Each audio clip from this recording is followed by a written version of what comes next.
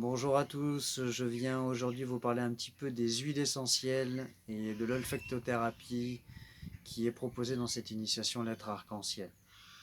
Alors, les huiles essentielles parlent de ce qui est l'essence des plantes et ce qui permet de revenir à leur pouvoir de guérison. Par l'olfactif, c'est-à-dire par le fait de sentir les fragrances, on va revenir à des états à l'intérieur de soi qui sont mémoriels. Et donc ça va nous permettre de rentrer en contact avec des parties de soi très profondes, inconscientes. Et nous permettre de voyager dans les fluides. Parce que le règne végétal, par analogie, est très relié à l'eau et au sang. Cette guérison qui vont nous apprendre et qui vont nous permettre de vivre, si on les utilise à bon escient évidemment, ce qui n'est pas le but de cette initiation, d'apprendre le côté chimique, le côté scientifique des plantes, bien qu'elles soient très importantes à connaître par moment. Il y a des utilisations qui peuvent être dangereuses. Et donc, le fait d'être dans l'olfactif va nous permettre d'écarter ce danger d'utilisation, c'est-à-dire de prise à l'intérieur de soi des huiles essentielles ou d'utiliser des huiles essentielles qui sont, comme on dit, dermocaustiques, c'est-à-dire qu'elles abîment la peau. Donc, c'est nous rapprocher en fait de cette essence. Et pour nous comprendre aussi, nous faire comprendre comment on intercède, comment on est aussi concerné par cette dimension. On est tout le temps en échange avec ce règne, en permanence. L'échange gazeux, la photosynthèse, on est très proche de ce règne dans nos cellules, dans notre ADN, dans notre manifestation. On se verticalise comme un arbre. On est un arbre. On est cette euh, connexion entre la terre et le ciel. Et petit à petit, les conditionnements culturels, sociologiques, nous, nous écartent un petit peu de cette connaissance innée, instinctive que nous avons de ce règne.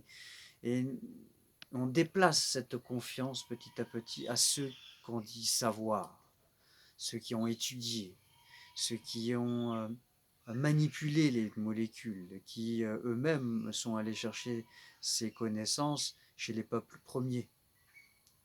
Et en laboratoire, ils font des mélanges après. Alors, ce sujet est très vaste et nous permet aussi d'aborder des sujets délicats euh, qui parlent directement de notre consommation, que ce soit alimentaire, que ce soit par la prise des médicaments, et qui soit aussi par rapport à notre écologie, sur un écosystème qui est en danger à des moments, euh, plus à des endroits urbains qu'à la campagne, mais ça touche tout le monde à n'importe quel endroit sur cette planète. C'est qu'on est en train d'utiliser comme une ressource sans faire attention à l'équilibre, à l'harmonie universelle. Et donc on n'est plus ces gardiens qu'on devrait être, on est plus ceux qui marchent avec, on est ceux qui utilisent les choses aux dépens de la vie euh, de tous et de tout cet équilibre fragile. Donc c'est beaucoup de messages liés au monde des peuples premiers parlent de cet écosystème qui est fragilisé, qui est en danger par notre consommation. Et donc c'est important que j'en parle un petit peu, sans m'étaler trop, pour pouvoir reprendre conscience que dans un temps ancien, puisque je parle cette langue natale qui est le français, on a notre propre histoire aussi, qui est liée avec une suprématie des laboratoires, de la médecine, et qui s'est imposée, et qui a éradiqué des personnes qui avaient cette connaissance de génération en génération, pour pouvoir aider la vie, notamment l'enfantement, la grossesse. Et donc il y avait une connaissance qui se perd petit à petit et qui permettait de, d'être autonome. Et le problème de fond de tout cette, euh, de ce système de pensée, c'est cette autonomie, c'est-à-dire la capacité de penser par soi-même, aussi de ressentir, donc de sentir par soi-même. Et les plantes le pouvoir aussi de communiquer, d'être en interaction avec notre esprit et de nous guider. Et c'est comme ça que certains ont cette capacité, certains et certaines ont cette capacité de pouvoir entrer en contact avec ces esprits pour qu'ils soient guidés. Alors il faut savoir une chose, que il faudrait consommer vraiment beaucoup de plantes, même toxiques, pour pouvoir en mourir. Il- la connaissance, c'est passé par l'expérimentation. Même si je ne conseille pas évidemment aux personnes de consommer n'importe quoi.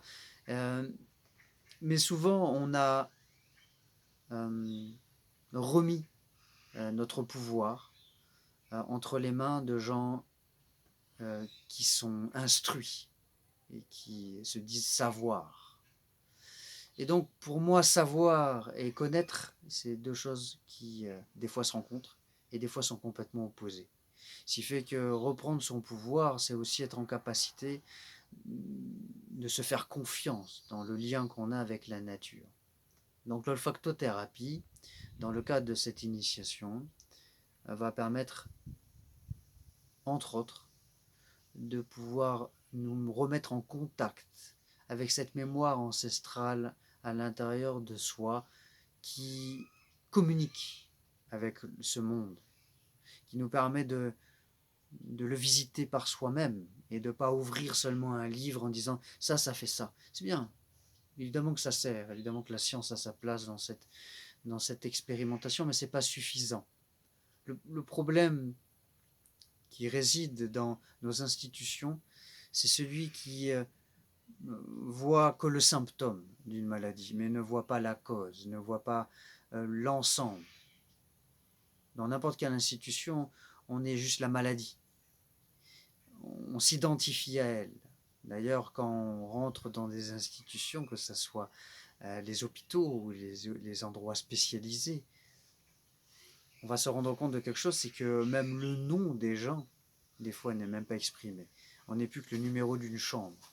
Et ça, c'est important que j'en parle un petit peu, puisque j'ai cette expérience.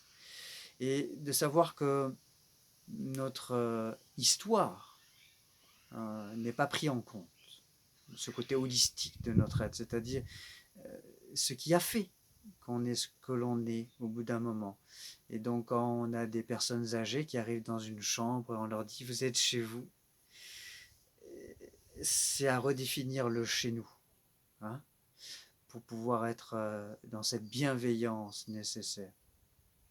Et on va croire qu'on s'écarte du sujet des plantes, mais finalement tous les sujets s'entrelacent. C'est-à-dire que ce pouvoir personnel se rééduque.